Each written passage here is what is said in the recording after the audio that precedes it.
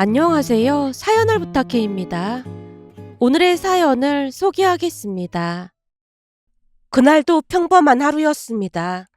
퇴근 후 현관문을 열고 주섬주섬 가방을 내려놓으며 거실로 들어서자 거실 안은 묘하게 날이 서 있었습니다. 엄마가 소파에 걸터 앉은 채 휴대폰을 탁 하고 끊어버리더니 얼굴을 붉힌 채 중얼거렸어요. 얘가 진짜 미쳤다니까. 그 모습에 얼른 다가가 물었습니다. 왜요? 무슨 일 있어요? 엄마가 휴대폰을 탁자 위에 던지듯 내려놓더니 이 말을 짓고는 한숨을 길게 내뱉었습니다. 경보 문자 오자마자 또 나갔어. 밤길이라 위험하다고 내가 몇 번이나 말했는데도 대체 왜 이렇게 말을 안 듣는지 모르겠다. 그 말에 웃음부터 터져 나왔는데요. 엄마, 내가 볼 때 소미 걱정은 안 해도 될 것 같은데요. 태권도 검은띠에 복싱도 배웠는데 무슨 걱정을 해요. 오히려 상대방 걱정을 해야 할 것 같은데요. 엄마가 눈을 꿈뻑이며 저를 바라보더니 이내 피식 웃으며 고개를 끄덕였어요. 하긴 예전에 네 친구 성찬이도 소미 발차기 한 방에 나가 떨어지긴 했지. 그때 성찬이 엄마한테 내가 얼마나 빌었는지 모른다니까. 소미 쟤는 대체 누굴 닮아서 그런 건지 모르겠다. 그런 동생은 어릴 적부터 책을 어마어마하게 많이 읽었는데요. 그냥 책이 아니라 추리소설만 줄기차게 파고들었습니다. 추리소설이란 소설은 죄다 읽었다고 해도 과언이 아니었으니까요. 그런 동생에게는 실종자 찾기라는 조금 특이한 취미가 있답니다. 처음에는 장난인 줄 알았는데 실종 경보 문자로 인상착의가 오면 자칭 탐정 가방을 메고 조용히 밖으로 나가곤 했습니다. 물론 그런 문자가 매일 오는 건 아니었지만 엄마는 그런 동생을 많이 못마땅해 했어요. 그럼에도 불구하고 아버지는 별말이 없었는데요. 나쁜 짓 하는 것도 아니고 그냥 두지 그래. 라며 신경 쓰지 않았거든요. 그런 동생은 실제로 실종자를 찾아낸 게 한두 번이 아니었습니다. 처음에는 우연이라 생각했지만 점점 동생에게 감 같은 게 있다는 생각마저 들었어요. 그러면서 어찌어찌 경찰관 한 분과도 연결이 되어 그 사람이 가끔 동생에게 이런저런 걸 물어보곤 했습니다. 동생이 유독 실종자 찾기에 집착하는 데는 특별한 사연이 있었어요. 그때는 아직 어린 시절 어느 여름이었습니다. 방학을 맞아 온 가족이 시골 할머니 댁에 내려갔고 해질 무렵 동생이 마당에서 사라졌는데요. 처음에는 근처 논두렁이나 텃밭 어귀쯤에 있을 거라 생각했지만 해가 저물고 어둠이 깔렸고 아무리 불러도 대답이 없었어요. 결국 가족들이 경찰에 신고를 한 뒤 온 동네를 뒤졌고 이웃들까지 나서서 손전등을 들고 들판을 훑었지만 동생은 보이지 않았습니다. 그렇게 밤이 깊어졌고 새벽까지도 찾지 못한 채 날이 밝았어요. 그런데 혼비백산에 있던 엄마의 손을 제가 덥석 잡고 어딘가로 이끌었다네요. 거기가 아닌데 왜 자꾸 이쪽으로 가는 거야? 엄마는 당황했지만 그날따라 제가 이유 없이 발길을 그쪽으로 향했고 산속에 있던 동생을 찾을 수 있었습니다. 지금 생각해봐도 동생이 어떻게 거기까지 가게 됐던 것인지 참 불가사의한 일이라고 했습니다. 또한 제가 동생이 있는 곳으로 엄마를 데리고 갔다는 것도 기적이라고 할 수 있었고요. 동생을 품에 안은 엄마가 그대로 주저앉아 버렸고 눈앞에 동생이 있다는 사실이 믿기지 않았습니다. 그날 이후 동생은 제게 같은 말을 반복하곤 했어요. 오빠가 날 구해줬으니까 나중에 나도 꼭 오빠를 구해줄게. 아이의 입에서 나왔다기에는 유난히 단단했던 그 말은 시간이 흘러도 희미해지지 않았습니다. 어른이 된 지금까지도 동생은 여전히 오빠에게 일이 생기면 내가 꼭 구해줄게라는 말을 꺼내곤 했거든요.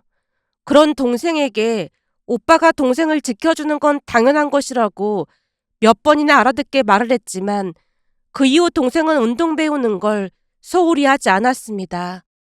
어느 날은 제 친구 성찬이가 장난으로 제 다리를 걸었고 제가 그 자리에서 넘어지자 동생이 성찬이에게 날라차기를 하는 바람에 엄마가 성찬이 엄마에게 빌고 또 빈 적도 있었어요.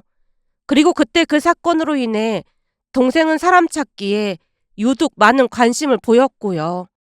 그날도 사람을 찾겠다며 나간 모양인데 대부분은 치매 할머니 할아버지를 찾아드리는 경우였습니다.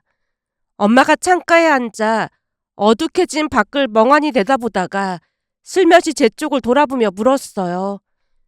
민호야, 밥은 먹었니? 네, 먹었어요. 그나저나 유빈이네 집에는 언제쯤 인사 가는 거야? 순간 엄마의 눈빛에서 묘한 불안이 번졌습니다. 그도 그럴 수밖에 없었던 것이 여자친구 유빈이가 몇 달 전 이미 우리 집에 인사를 다녀갔는데 정작 저는 유빈이네 집에 인사를 가지 않은 상태였거든요. 그 질문에 괜스레 목덜미를 긁적이며 얼버무렸습니다. 그게 유빈이네 부모님이 요즘 조금 바쁘시다고 해서요. 민호야, 너 무슨 일 있는 거지? 이미 속이 다 들여다보인다는 눈으로 엄마가 저를 바라봤어요. 입을 때려다 망설인 채 잠시 숨을 고르고 있었는데 결국 피할 수 없다는 걸 직감했습니다. 사실은요, 유빈이네 집에서 저를 그다지 탐탁지 않게 보시는 것 같아요. 탐탁지 않아 하다니? 대체 왜? 유빈이네 집이 좀 기대치가 높은 편이에요. 유빈이도 그렇고 오빠 부부도 전부 서울대에, 거기다 오빠 부부는 둘 다 의사거든요. 유빈이 아버지도 의사시고요. 엄마의 미간이 서서히 좁혀졌지만 사실대로 털어놓았습니다. 제가 한양대 나왔다고 해도 서울대는 워낙 넘사벽이잖아요. 유빈이 어머니는 원래 법조인 사위를 바라고 계셨대요. 게다가 유빈이랑 결혼시킬 사람이 따로 있었던 모양이에요. 근데 갑자기 제가 나타났으니 조금 혼란스러워 하시나 봐요. 제 말에 엄마의 얼굴이 점점 일그러졌습니다. 그럼 결혼을 반대한다는 거야? 아니요, 그런 건 아니고 그냥 좀 계획이 틀어져서 혼란스러워 하신대요. 유빈이 어머님이 약간 강박적인 면이 있으셔서 계획 밖 상황을 잘 받아들이지 못하신다고 하더라고요. 혹시라도 엄마가 유빈이를 오해할까 싶어 급히 설명을 덧붙였습니다. 유빈이랑 저랑은 아무 문제 없어요. 다만 유빈이 어머니가 생각을 정리할 시간이 필요하다고 하셨다니까 너무 걱정하지 마세요. 그때 엄마가 예상치 못한 반응을 보였는데요. 조용히 고개를 끄덕이더니 담담한 목소리로 말했습니다. 하긴 뭐 그럴 수도 있지. 엄마, 오해하신 거 아니죠? 솔직히 내 아들이 마음에 안 든다니 기분이 좋은 일은 아니지만 니들이 좋다고 하는데 나까지 힘들게 하면 안 되잖아. 거기다 나는 유빈이가 참 마음에 들거든. 그 말을 듣고서야 안도감이 스며들었습니다. 그 순간 엄마의 얼굴에 떠오른 미소, 그건 진심이었습니다. 문득 유빈이를 처음 데려왔던 날이 떠올랐는데요. 처음 만나는 자리였는데도 유빈이는 낯가림 없이 동생에게 말을 걸었고 동생이 태권도 유단자라는 말에 박수까지 치며 신기해했어요. 진짜요? 그럼 나도 나중에 태권도 가르쳐 줄 수 있어요?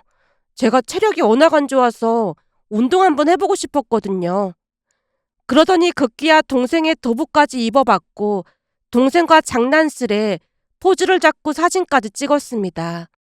매 순간마다 유빈이는 동생을 한결같이 배려하고 있었기에 그런 유빈이의 모습이 엄마의 눈에도 깊이 남았던 것 같았어요.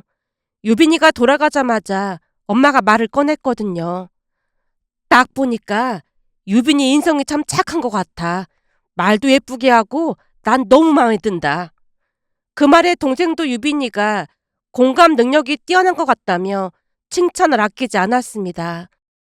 그날 이후로 엄마는 유빈이를 이미 며느리로 생각하고 있는 듯해 보였어요. 그래서였을까요? 그런 상황에서도 엄마는 여전히 유빈이를 좋게 생각하려 애썼습니다. 그렇게 시간이 얼마나 흘렀을까요? 매일 무심히 지나가던 날들 속에서 그날은 유난히 공기가 다르게 느껴졌는데요. 약속 장소에 도착하자마자 유빈이가 환하게 웃으며 다가왔고 인사도 생략한 채 숨겨둔 이야기를 먼저 꺼냈습니다. 자기야, 우리 엄마가 이번 달에 인사 오라고 했어. 정말? 어, 이제는 마음 정리가 되신 모양이야. 그동안 기다리게 해서 미안해. 아니야, 괜찮아. 근데 어머님이 정말로 인사 오라고 하신 거 맞아? 그렇다니까. 심지어 자기가 어떤 음식을 좋아하냐고까지 물어봤어. 그 말을 하던 유빈이의 입술 끝이 살짝 떨렸는데요. 그동안 유빈이도 마음고생을 많이 했음을 알 수 있었습니다. 그 모습을 보며 제가 장난스레 말을 꺼냈어요. 근데 혹시 대문 앞에 경호원들 세워두고 내쫓는 건 아니시겠지? 제가 농담을 던지자 유빈이가 그제서야 웃음을 터뜨렸습니다. 마치 그 웃음 하나로 오래 쌓인 먹구름이 걷히는 듯 했어요. 유빈이네 집은 서울에서도 손꼽히는 고급 주택가에 위치해 있었어요. 넓은 마당에 정원이 딸린 단독주택, 자동 게이트가 있는 차고가 따로 있고 집 전체가 마치 외국 대저택처럼 웅장했습니다. 처음 유빈이를 바래다 주던 날 집 근처에 유빈이를 내려주다가 멀리서 집을 보며 과연 우리가 결혼을 할 수 있을까 하는 생각마저 들었는데요. 그날 이후 저는 유빈이와의 관계를 다시 생각하기도 했거든요. 사랑만으로 감당할 수 있는 차이일까 하는 생각이 머릿속에 가득했습니다. 그럴 때마다 유빈이가 조용히 제 손을 잡아주곤 했어요. 나는 조건으로 사람을 고르지 않아. 내가 정말 사랑하는 사람이랑 결혼하고 싶어. 그 말이, 그 따뜻한 눈빛이 무너져가던 제 마음을 다시 일으켜 세웠어요. 그리고 그토록 멀게만 느껴졌던 초대가 드디어 현실이 되었기에 긴장감이 온몸을 휘감았습니다. 며칠 뒤 잔뜩 긴장한 채로 유빈이네 집 앞에 도착했어요. 대문 앞에 다다랐을 때 다시 한번 심호흡을 했고 초인종을 누르는 손끝이 괜히 떨렸습니다. 잠시 후 묵직한 소리와 함께 대문이 열리자 가장 먼저 눈에 들어온 건 유빈이 어머니의 미소였어요. 어서 와요. 반가워요. 그 말 한마디에 낯선 공간이 순식간에 따뜻해졌습니다. 뒤이어 유빈이 아버지와 오빠, 새언니까지 한 사람 한 사람이 저를 향해 다정한 미소를 건넸고 그들의 표정에는 어떤 계산도 경계도 없어 보였습니다. 그냥 한 사람을 가족의 시작점으로 받아들이는 진심이 담겨 있었다고 해야 할까요? 잠시 후 다 함께 식탁에 앉았고 유빈이 어머니가 조심스럽게 말문을 열었습니다. 사실 진작 초대했어야 했는데 미안해요. 내가 생각을 정리하는데 시간이 조금, 아니 너무 오래 걸렸네요.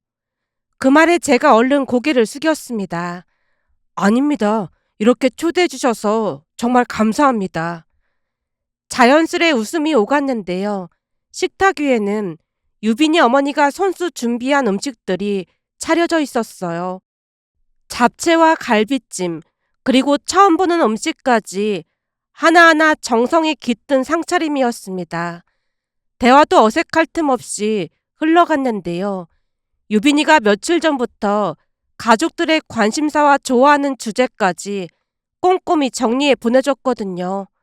아버지와는 골프 이야기로, 새언니는 반려동물 이야기로, 오빠와는 주식시장의 요동치는 그래프에 대해 웃으며 이야기를 나눴습니다. 무엇보다도 놀라웠던 건 그날 유빈이 어머니였습니다.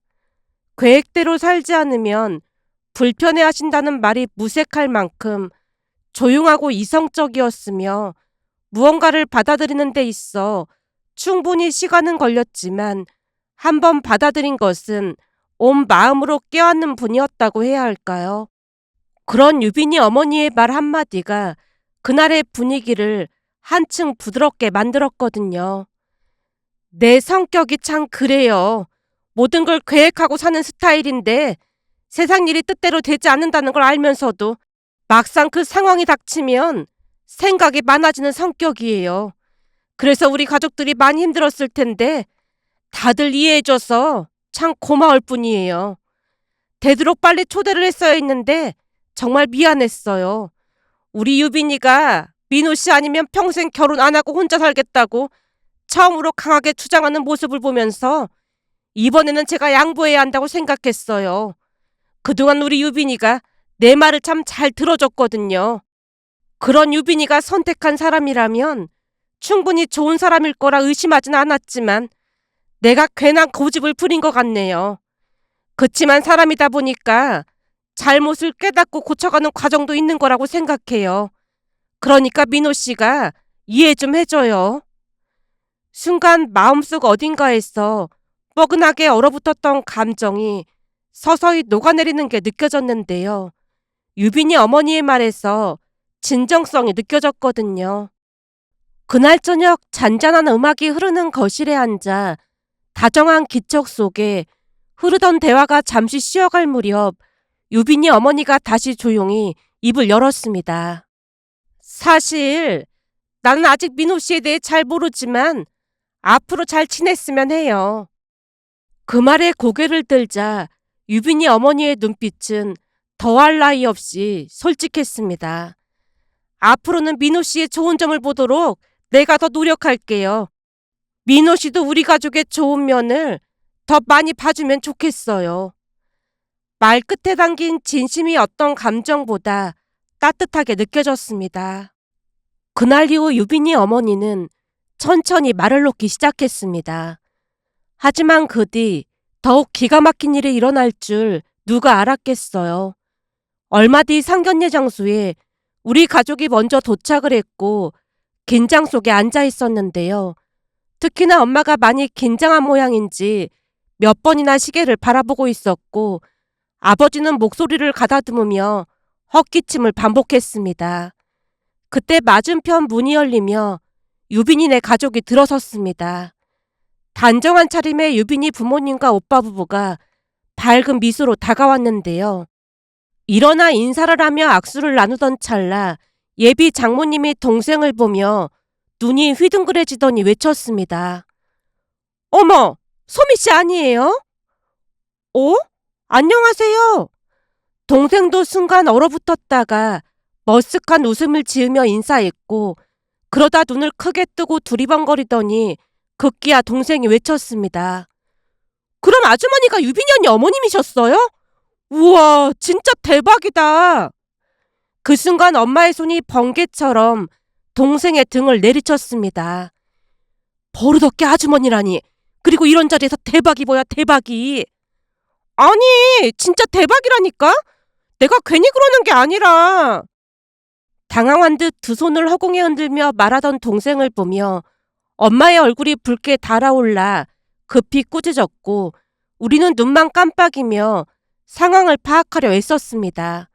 그런데 그 와중에 예비 장모님 입에서 놀라운 말이 새어나왔습니다.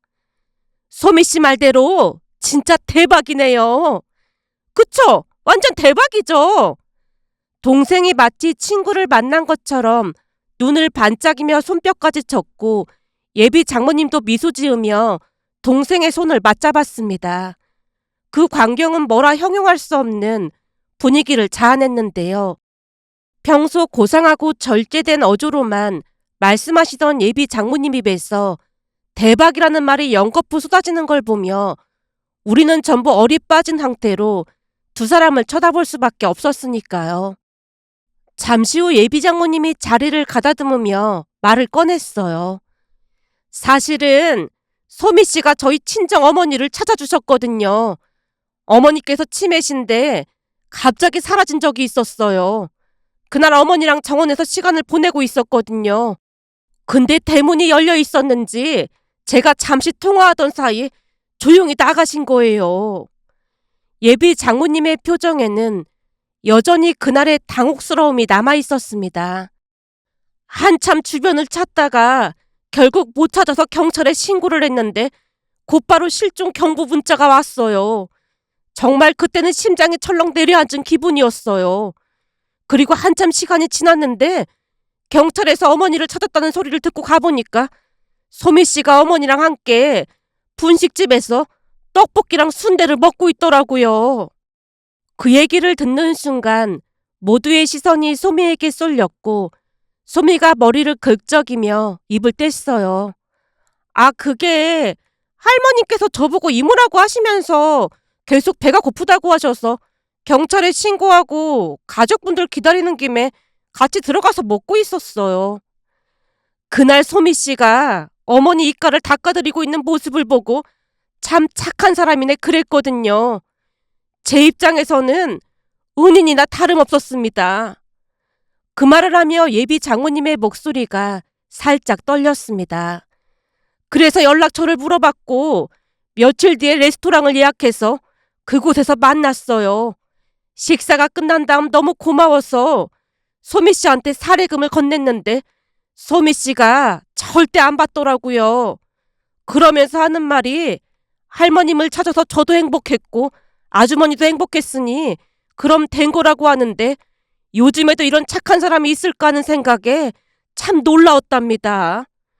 근데 인연이 되려고 그랬던 것인지 소미 씨가 사례금을 안 받아서 제가 몇 번 더 만나자고 했어요. 만나서 밥이라도 몇 번 더 사줘야겠다고 생각했거든요. 그러면서 소미 씨한테 배운 게 참 많았어요.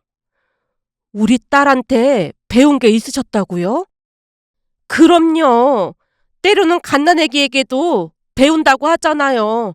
소미 씨한테 참 많이 배웠습니다. 우선 긍정적인 마인드와 사람을 있는 그대로 바라보는 따뜻한 마음을 배웠다고 해야 할까요? 암튼 소미 씨의 긍정적인 에너지 덕분에 저를 되돌아보게 되었고 많은 걸 배웠습니다. 그 이후에도 예비 장모님과 소미는 몇 번 더 만나 밥을 먹고 차를 마시며 많은 이야기를 나눴다고 했습니다. 그러던 어느 날은 식사를 하며 이런저런 얘기를 나누던 중 옆 테이블이 소란스러워서 봤더니 놀라운 일이 일어났다네요. 처음에는 단순히 소개팅에서 만난 커플이라고 생각했다는데 잠시 후 여자가 자리에서 벌떡 일어나며 말을 했다네요. 사실 저 남자친구 있어요. 근데 엄마 성화에 못 이겨서 억지로 나왔어요. 정말 죄송합니다. 그리고는 허리가 땅에 닿을 정도로 90도로 고개를 숙이고 그 자리를 벗어났다고 했습니다. 그 광경을 보고 있던 소미가 조용히 중얼거렸다네요. 저 여자분 진짜 멋지네요. 사랑 없이 조건만 보고 결혼하면 조금 슬플 것 같긴 해요. 그 말에 예비 장모님이 동생을 향해 고개를 돌리자 동생이 말을 이어갔다네요. 저희 부모님은 대학에서 만나셨대요. 근데 아빠가 엄마를 정말 많이 사랑하세요. 아직도 수시로 사랑 고백을 하시거든요. 어느 날은 TV를 같이 보는데 중년 배우가 나왔거든요. 근데 연예인들은 관리를 잘해서 피부부터가 다르잖아요. 그 배우를 보더니 엄마가 나랑 동갑인데 저 사람은 어쩜 저렇게 예쁘다니? 나만 나이를 먹었네 라면서 씁쓸하게 웃었거든요.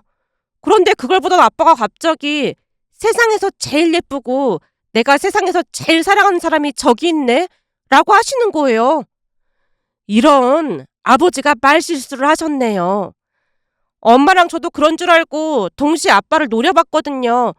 그랬더니 아빠가 태연하게 웃으며 TV를 끄더니 꺼진 화면을 손가락으로 가리키면서 뭐라고 하셨는 줄 아세요? 뭐라고 하셨는데요? TV를 끄니까 화면 안에 엄마 모습이 비춰졌거든요. 세상에서 제일 예쁜 내 사랑이 여기 있잖아 라고 하시는데 저까지 심쿵한 거 있죠? 엄마가 장난 좀 그만 치라면서 아빠를 나무랬는데 입가에 미소가 번져 있었어요. 그럼 부모님을 보고 자라서 그런지 저는 저 여자분 생각이 맞다고 생각해요. 조건보다는 사랑이 먼저라고 하면 아직 어려서 그렇다는 말도 많이 듣곤 하지만 저는 무조건 사랑이 먼저라고 생각해요. 그 전까지만 해도 예비 장모님은 유빈이를 법조인 집안의 아들과 결혼시킬 궁리만 했다고 했는데 그날 소미의 말을 들으며 마음이 바뀌었다는 놀라운 이야기를 꺼냈어요. 그날 상견례는 처음부터 끝까지 참 훈훈했습니다. 낯섦도 어색함도 없이 스르르 풀려나갔으니까요. 예비 장모님은 내내 동생 소미를 사랑이 뚝뚝 묻어나는 눈빛으로 바라봤어요. 그리고 얼마 뒤 많은 이들의 축복 속에서 우리는 결혼식을 올렸고 장모님은 저를 참 많이 예뻐해 주신답니다. 그렇게 모든 게 따뜻하게 흘러가던 어느 날 아내가 웃음 띤 얼굴로 말을 꺼냈어요. 자기야, 오늘 엄마한테 전화 왔는데 아가씨가 집에 놀러 왔대. 소미가? 엄마가 같이 밥 먹자고 오라고 했다나 봐. 근데 하필 외숙모가 일이 생기는 바람에 외할머니를 모시고 와서 다 함께 식사를 한 모양이야. 그러다 보니 아가씨가 정원에서 외할머니랑 한참을 놀다 갔다나 봐. 소미가 원래 넉살이 좀 좋긴 해. 엄마가 아가씨 칭찬을 얼마나 했는지 몰라. 오늘은 할머니랑 실뜨기를 했다지 뭐야? 실뜨기? 그거 진짜 오랜만에 듣는 말이네. 예전에는 할머니 집에 내려가면 할머니랑 실뜨기 하곤 했거든. 엄마도 실뜨기 입고 사셨다는데 아가씨랑 할머니랑 실뜨기 하는 모습 보고 많이 놀라신 모양이야. 내 동생 솜이 닮네. 엄마가 사진까지 보내줬는데 할머니가 한박 웃음을 짓고 계시더라니까. 그러면서 엄마가 전에 괜한 욕심 때문에 아까운 사람 놓칠 뻔했다는 말까지 하더라고. 그 말에 우리 둘이 크게 웃었는데요. 그저 스쳐 지나갈 수도 있었던 인연들이 진심으로 이어졌고 그 덕분에 우리는 가족이 될 수 있었던 것이 아니었을까요? 세상에 정말로 이런 기적 같은 인연이 또 있을까 싶어 그 소중한 인연이 고마워 이렇게 글을 남겨봅니다. 오늘의 사연은 여기까지였습니다. 즐겁게 보셨다면 구독, 좋아요 부탁드립니다. 고맙습니다.